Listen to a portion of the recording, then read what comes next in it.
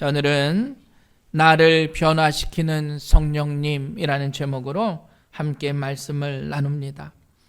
계속해서 5월 가정의 달을 맞이하여 여러분들의 가정이 하나님을 경외하고 또 믿음의 가정으로 잘 세워져 나가기를 주님의 이름으로 간절히 축원합니다. 오늘은 성령 강림 주일입니다. 예수님이 부활하시고 40일 동안 제자들과 머무르시다가 하늘로 승천하십니다. 그리고 제자들에게 말씀하세요. 예루살렘을 떠나지 말고 하나님이 약속하신 것을 기다리라. 그리고 그 약속해 주신 분이 바로 성령입니다. 여러분, 예수를 믿고 성령의 은혜 가운데 살아가는 것, 우리 믿음의 성도들에게 있어서 매우 중요합니다. 느지막이 예수 믿고 세례받은 이어령 박사님을 알 겁니다. 한 아들이여 이 산하를 이라는 책에서 이러한 이야기가 나와요. 어느 시골에 수염을 길게 기르고 다니는 할아버지가 계셨습니다. 근데 동네에 있는 꼬마가 할아버지에게 물어보는 거예요. 궁금한 게 있다고. 아니, 할아버지, 그 밤에 주무실 때 수염을 이불 안에다 넣고 주무세요? 아니면 이불 밖에 꺼내놓고 주무시냐고. 황당한 질문을 받은 할아버지가 아무리 생각을 해도 내가 수염을 안에다 넣고 자는지 밖에다 꺼내고 자는지 기억이 안 나는 거예요. 그래서 그 어린이에게 이야기하는 거예요. 내가 하룻밤만 자보고 내일 답해 주겠다고. 자, 이 할아버지가 그날 저녁 잠을 자는데 수염을 붙들고 씨름을 합니다. 이불 속에 수염을 넣으니까 답답한 거예요. 또 이불 밖으로 내놓으니까 썰렁한 겁니다. 여러분, 30년을 넘도록 수염을 길렀지만 이불 속에서 잤는지 이불 밖에서 수염을 내놓고 잤는지 도통 알 수가 없었다는 거예요. 여러분, 대부분의 그리스도인들이요, 내 안에 그리스도가 있는지 없는지 30년을 넘게 믿음 생활을 했는데 그 진리 안에 거하고 있는지를 알지 못하는 거예요. A.W. 토저 박사님이 이러한 말을 했어요. 오늘날 교회에서 성령님이 몸을 빼셔도 우리들이 하는 일의 95%는 계속될 것입니다. 교회는 아무런 변화가 생겼는지를 눈치채지 못할 겁니다. 그러나 초대교회에서 성령을 제외한다면 모든 일의 95%는 중단될 것입니다. 여러분, 맞습니다. 오늘날 교회의 가장 큰 문제점들이 바로 그거예요. 초대교회는 성령의 인도하심으로 존재했고 성령의 충만한 가운데 예배를 드리고 성령의 충만한 은혜에 목숨을 걸고 전도 사명에 임했는데 성령이 이끌어 주시는 교회였는데 요즘은요, 성령이 안 계셔도 교회가 아무런 문제가 없다는 거예요. 성령이 교회를 떠나가도 교인들은 알 수 없다는 겁니다. 성령이 계셔야 할 그 자리에 사람이 있고요, 성령이 주인 되어야 할 그 자리에 성령이 손님처럼 있다라는 거예요. 여러분, 2000년 전 오순절 다락방에, 마가의 다락방에 있었던 성령의 사건을 통해서 교회가 시작되었음을 기억하시기 바랍니다. 교회는 성령과 함께 시작되고 성령과 함께 놀라운 일들을 감당하게 되었다는 사실을 여러분 모두가 기억하시길 간절히 축원합니다. 예수님이 십자가에 달려 돌아가시고 제자들은 깊은 상실감에 빠졌어요. 여러분, 수제자들이 도망간 겁니다. 예수님을 버리고 자기 스승을 버리고. 그런데 그들이요, 성령 체험한 이후에 달라진 거예요. 복음을 전하다 순교합니다. 죽음 앞에서도 흔들리지 않는 믿음을 가지게 된 거예요. 이 모든 것은 성령의 역사임을 기억하시기 바랍니다. 교회의 능력은 바로 성령의 능력이에요. 우리 새생명교회가 성령의 능력으로 다시 한번 부흥의 은혜가 임하게 되길 주님의 이름으로 간절히 축원합니다. 우리가 성령의 능력을 통해서 늘 믿음 안에 승리하시길 간절히 바랍니다. 그런데 이 세상을 살아가다 보면 우리 뜻대로 안 되는 게 있습니다. 사람은 잘 변하지 않아요. 3살 버릇 80까지 갑니다. 오랜만에 누구를 만나도요, 겉모습은 변한 것 같지만 그 사람 잘 변하지 않더라고요. 그 사람의 행동이나 그 사람의 삶의 모습이나. 여러분, 사람은 스스로 변하지 못한다라는 건 맞는 말입니다. 그런데 한 가지 예외가 있어요. 사람이 변할 수 있는 예외. 그게 바로 성령의 임하심이에요. 아무리 나쁜 사람이고 아무리 악한 사람이고 아무리 변할 것 같지 않은 사람도 어떻게 해요? 성령의 은혜가 있으면 변하게 되었다는 사실을 기억하시고, 우리는 그 성령의 은혜를 사모하며 나아갈 수 있는 여러분들 되시길 간절히 축원합니다. 자, 누가복음 4장 18절에 보면 성령의 은혜를 이렇게 말해요. 주의 성령이 내게 임하셨으니 이는 가난한 자에게 복음을 전하게 하시려고 내게 기름을 부으시고 나를 보내사 포로된 자에게 자유를, 눈먼 자에게 다시 보게 함을 전파하게 하며 눌린 자를 자유롭게 하고 주의 은혜의 해를 전파하게 하려 하심이라 하였더라. 자, 이 말씀은 예수님께서 이사야 61장 이하의 말씀이 당신에게 이루어졌다라는 것을 설명하신 거예요. 여러분, 예수님도 세례 요한에게 세례를 받으실 때 성령의 은혜가 임했어요. 지금까지는 어떻게 보면 개인적인 인간의 삶이었지만 그 성령의 은혜 이후에는 공적인 삶을 사신 거예요. 우린 예수님의 그것을 공생애라고 말합니다. 성령의 은혜를 통해서 놀라운 변화가 일어나게 된 거예요.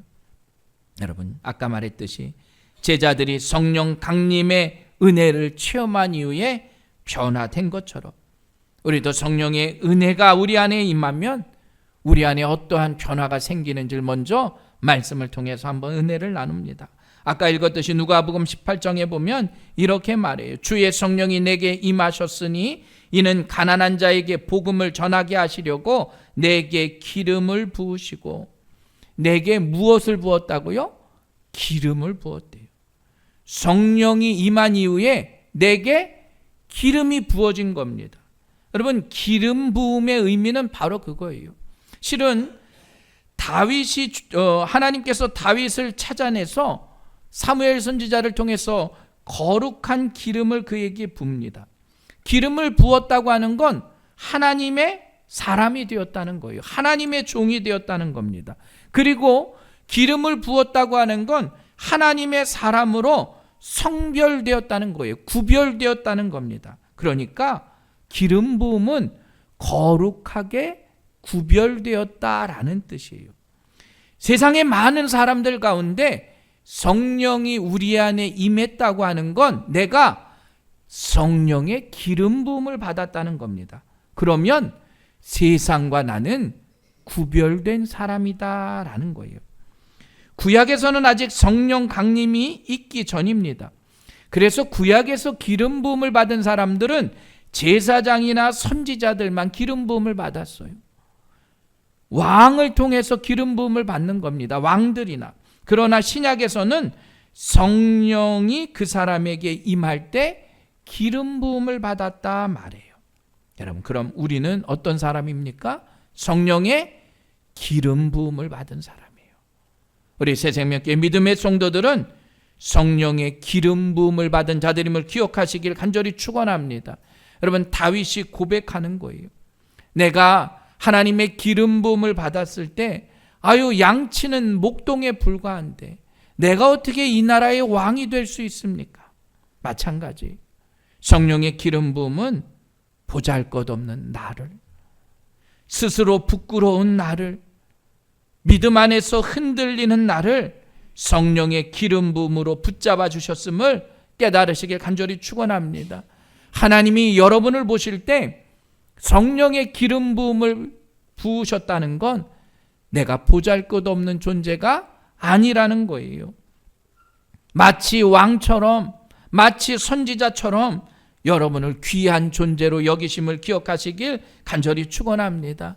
우리는 그런 성령의 기름 부음을 받은 자들임을 기억하시고 여러분 한 분 한 분이 소중한 믿음의 일꾼들임을 깨달으시길 간절히 축원합니다.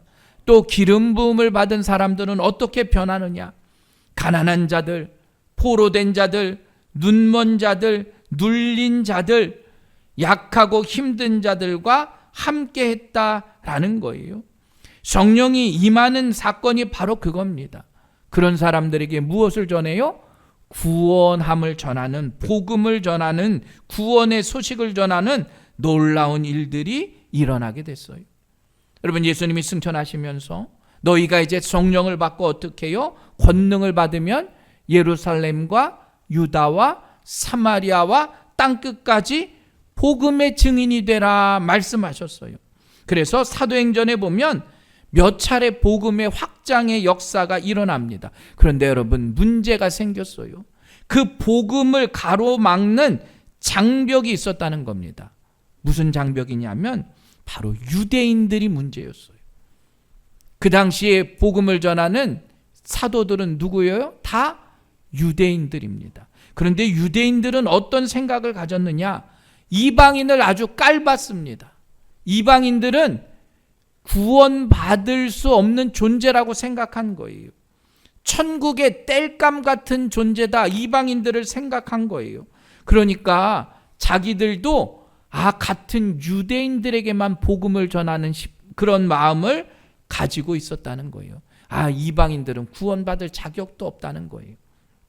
그런데요, 그들이 성령의 능력을 체험하고 성령이 그들에게 임할 때 이방인이 형제로 보이기 시작한 겁니다.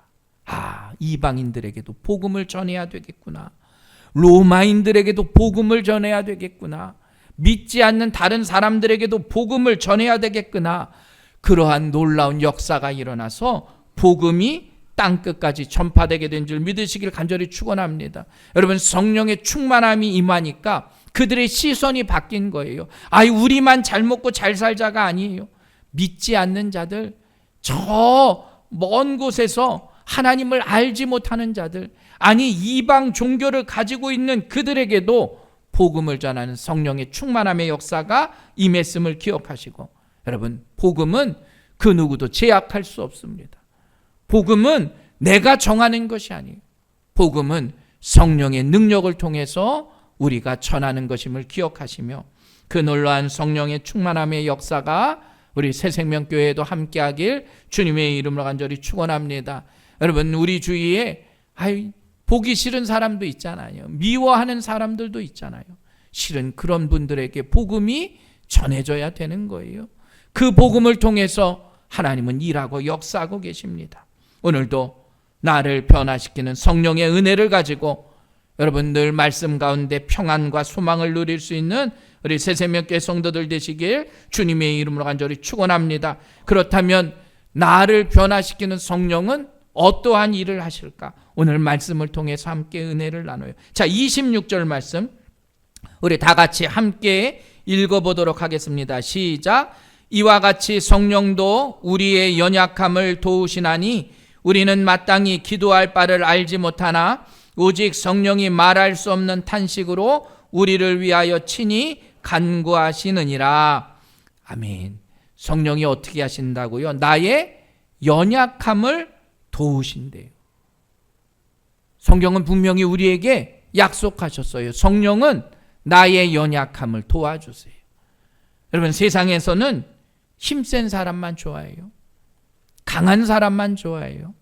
여러분, 어린이들도 편을 가를 때 가위바위보 하면 어떻게 해요? 좀 운동 잘하는 친구 쪽으로 쓰려고 그러지 약한 쪽으로 쓰려고 그러지 않아요. 세상은 그래서 가진 척, 강한 척, 배운 척 합니다. 내가 연약하고 힘이 없으면 나를 도와주는 게 아니라요, 더 무시하고요, 더 인심이 박해요. 그런데 오늘 보면 성령은 우리의 연약함을 도와주신다 말씀해요. 질그릇 같은 우리의 인생이지만, 그래서 여러분, 조금만 문제 있어도 우리는 넘어지고 쓰러져요. 뭐 하나 심장에 또 우리의 삶에 문제가 있으면 금방 몸으로 나타납니다. 그래서 예전에 어르신들은 뭐였어요? 인사가 그거였잖아요. 아침에 밤새 안녕히 주무셨냐고. 밤새 제대로 못 주무시고 일어나지 못하는 분들을 많이 본 거예요. 인생의 삶 가운데 그 누구도 강하다 말하지만요, 인간의 한쪽은 연약할 수밖에 없어요. 그런데 오늘 성령은 우리에게 약속합니다. 나의 그 연약함을 어떻게 해요? 채워주시겠다. 나의 그 부족함을 채워주시겠다. 내가 넘어져 있을 때도 일으켜 주시겠다. 병든 내 몸을 만져주시겠다. 여러분, 그 약속을 믿으시면서 성령 충만함의 은혜가 우리 새생명교회 성도들 되시길 간절히 축원합니다. 우리의 연약함을 채워주시는 은혜에 감사하시길 간절히 바랍니다. 그래서 우리 안에는 항상 부족함이 없다 고백할 수 있는 거예요. 사람들은 누구나 상처를 줍니다. 그렇잖아요. 완벽한 공동체는 있을 수 없어요.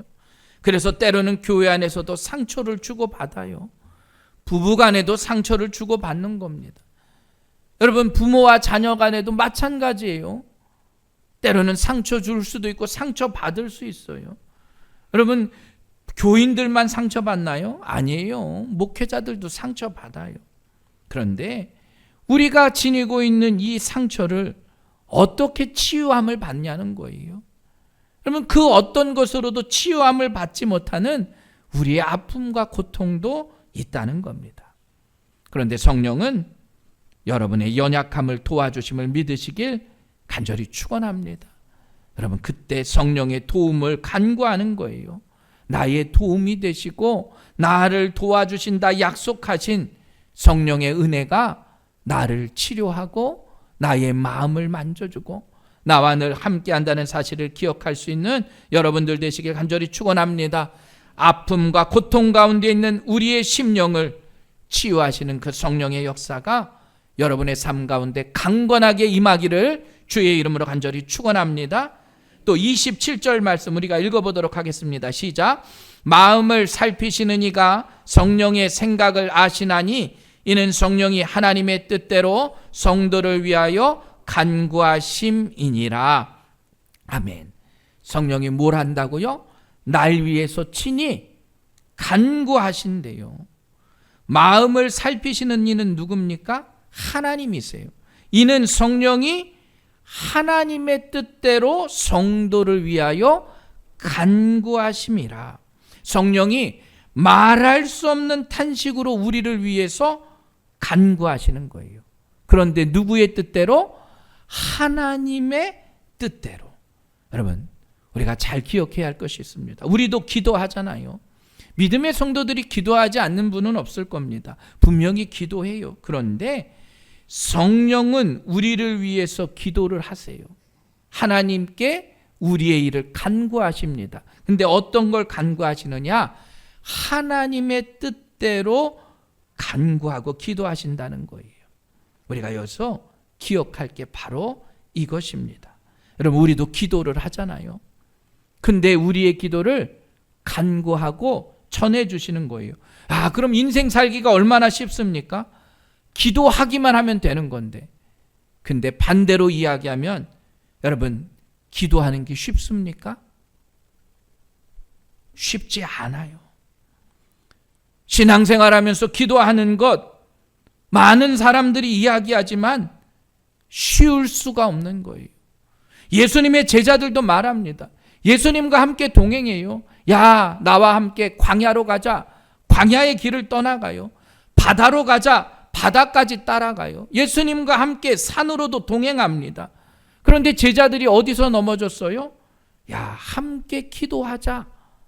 기도하지 못했어요. 나를 위해서 기도해 달라 했지만 다 나가 떨어졌어요. 여러분, 기도는 거룩한 노동입니다. 기도는 영적인 전쟁이에요. 그래서 그 기도가 쉽지 않은 겁니다. 영적인 전쟁에서 마지막 승리자가 되기 위해서 우리가 기도해야 하는데요. 내 노력으로만 기도하기 때문에 승리하지 못하는 거예요. 누구의 은혜로요? 성령의 은혜로 기도할 수 있는 여러분들 되시길 간절히 축원합니다. 성령님은 우리의 기도를 들어주시고 간구해 주신다라는 거예요.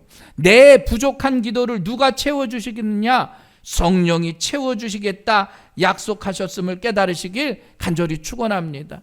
여러분, 근데 그 기도를 열심히 하는 기도가 아니라 성령이 채워주시겠지, 여기서 끝쳐서는 안 된다는 거예요. 기도도 기도를 할 만한 사람이 할 수 있는 거예요. 여러분, 자녀들이요, 매일 놀면서 공부한다고 하는 자녀는 믿을 수가 없어요. 그러나 더 열심히 자신의 모든 것을 걸고 공부하는 학생은, 그건 부모가 안 도와줄 수가 없는 겁니다. 기도도 마찬가지예요. 여러분, 내가 열심히 기도하는 게 먼저고요. 성령이 나를 위해 친히 간구해 주실 때 우리 안에 세상에 능하지 못할 일이 없는 줄 깨달으시길 간절히 축원합니다. 날 위해 친히 간구하시는 성령의 역사가 여러분들에게 기적과 같은 은혜가 임하는 줄 기억하시고, 여러분 열심히 기도하십시오. 성령의 간구함을 위해서 여러분 함께 기도하고 응답받으시길 간절히 축원합니다. 자, 성령의 역사 세 번째요. 28절 말씀 우리 다 같이 한 목소리로 읽어보도록 하겠습니다. 시작. 우리가 알거니와 하나님을 사랑하는 자 곧 그의 뜻대로 부르심을 입은 자들에게는 모든 것이 합력하여 선을 이루느니라. 아멘. 모든 것이 어떻게 해요? 합력하여 선을 이루는 거예요. 여러분, 우리의 인생의 모든 것이요, 합력하여 선을 이루게 되는 겁니다. 얼마나 감사해요? 우리의 삶이 얼마나 소망이 있습니까? 그런데 여러분, 한 가지 오해하지 마셔야 합니다. 아무거나 내가 하고 싶은 대로 내 멋대로 하는 게 모든 것이 합력하여 선을 이루는 것이 아니에요. 그 말씀에는 전제가 있습니다. 어떤 전제요? 하나님을 사랑하는 자 곧 그의 뜻대로 부르심을 입은 자들에게. 그러니까 어떤 사람에게 합력하여 선을 이루어 주시느냐? 하나님의 뜻대로 부르심을 입은 자들, 또 하나님을 사랑하는 자들, 두 가지의 전제가 있어요. 자, 우리는 하나님의 뜻대로 부르심을 입은 자들임을 기억하시기 바랍니다. 그러니까 우리가 지금 이 자리에서 예배 드리는 거예요. 또 하나는 내가 하나님을 그만큼 사랑해야 합니다. 그래야 하나님을 사랑하는 자, 곧 그의 뜻대로 부르심을 입은 자들이 되는 거예요. 그런 사람에게는 어떻게 해요? 합력하여 선을 이루는 거예요. 인생을 살아가다가 때로는 실수하고 때로는 오판합니다. 그래도 여러분, 하나님을 사랑하는 사람이 되면 성령의 은혜를 체험하는 거예요. 요셉이요, 17살에 형들의 미움을 받아요. 애굽으로 노예로 팔려갑니다. 원망할 만하잖아요. 그런데 요셉은요, 하나님을 사랑하는 사람이었어요. 억울하게 누명을 쓰고 감옥에 갑니다. 정말 억울할 만하잖아요. 그런데 요셉은 하나님을 사랑하는 사람이었어요. 하나님을 사랑하는 사람은 어떻게 해요? 합력하여 선을 이루게 하신다는 거예요. 그런데 그때까지도 알 수 없어요. 요셉이요, 총리가 됐습니다. 자기를 팔아먹은 형을 나중에 만나요. 그리고 요셉이 나중에 간증하잖아요. 하나님께서 나를 당신들보다 먼저 보내셨습니다. 나를 이리로 보낸 건 당신들이 아니라 하나님이십니다. 여러분, 그게 뭐예요? 합력하여 선을 이룬 거예요. 우리가 인생을 살아가면서 우리의 삶이요, 인생에 여러 가지의 퍼즐이 있잖아요. 그런데 우리는 하나의 모습만 보면서 좌절해요. 내가 왜 이렇게 아플까? 나에게 왜 이러한 어려움이 있을까? 나에게 왜 이러한 질병이 있을까? 그런데 하나님이 완성하신 전체의 퍼즐을 보면, 하나님은 합력하여 선을 이루시는 분이구나. 그때서야 깨닫게 되는 겁니다. 여러분, 당장 이루어지지 않지만, 때로는 기도에 응답이 없는 것처럼 보이지만, 하나님은 합력하여 선을 이루시는 역사의 하나님이심을 믿으시길 주님의 이름으로 간절히 축원합니다. 우린 그걸 믿고 기도하는 자들이에요. 하나님의 응답은 어떠한 방법으로든지 반드시 이루어 주십니다. 때로는 내가 원하지 않는 방법, 내가 생각하지 못하는 방법, 내 계획에 없는 방법으로 우리를 이끄시지만 여러분 그 모든 것은 합력하여 선을 이루는 일임을 여러분 모두가 깨달으시길 주님의 이름으로 간절히 축원합니다. 여러분 그러니까 실망할 필요도 없고요. 그러니까 포기할 필요도 없습니다. 내 뜻과 내 방향이 아니어도 불평할 필요도 없는 거예요. 오늘 성령의 역사를 우리는 다시 한번 기억합니다. 우리의 아픔과 고통과 슬픔과 연약함이 있을지라도 하나님은 우리의 삶 가운데 성령을 보내주셔서 모든 것이 합력하여 선을 이루어 주심을 여러분 모두가 깨달으시길 주님의 이름으로 간절히 축원합니다. 그래서 우리의 약함이 강함이 되는 거예요. 나의 부족함이 채워지게 되는 겁니다. 우리의 길을 열어주시고 우리를 이끌어주시는 그 놀라운 은혜에 감사할 수 있는 우리 새생명교회 성도들 되시길 주님의 이름으로 간절히 축원합니다. 많은 사람들은 이미 결정된 것을 가지고 고민해요. 여러분 결정된 건 고민할 필요가 없습니다. 왜냐? 고민한다고 바뀌지 않아요. 많은 사람들이 질병에 걸려 아파하죠. 근데 내 질병을 아무리 이야기해도 그거 가지고 나을 수 없는 겁니다.